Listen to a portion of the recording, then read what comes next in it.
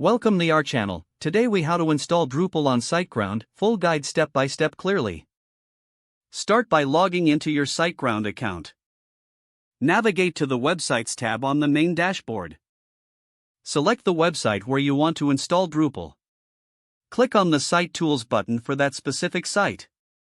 In the Site Tools menu, go to the Dev section.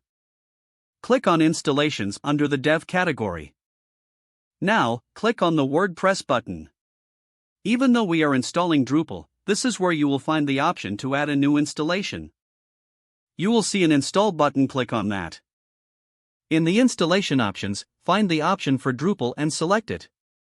Fill in the required information such as the site name, admin email, and preferred username.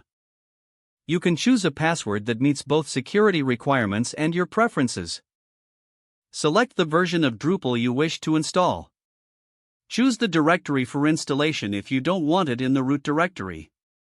Leave the directory field blank if you want to install it directly at the root. Review and confirm your choices in the summary section.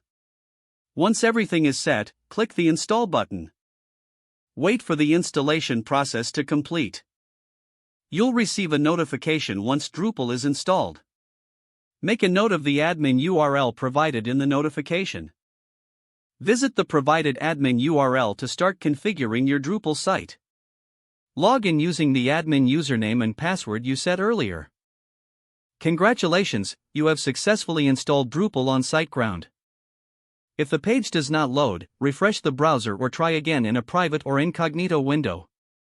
Make sure you are using the correct email address, then retype it carefully to avoid small typos. If your password is not accepted, use the reset option and create a new strong password you can remember. Check your spam folder for verification or security emails, then complete any requested confirmation steps. Enable two-factor authentication if available to improve account security and reduce unauthorized access risk. Don't forget to like this video and subscribe to our channel for more step-by-step tech guides.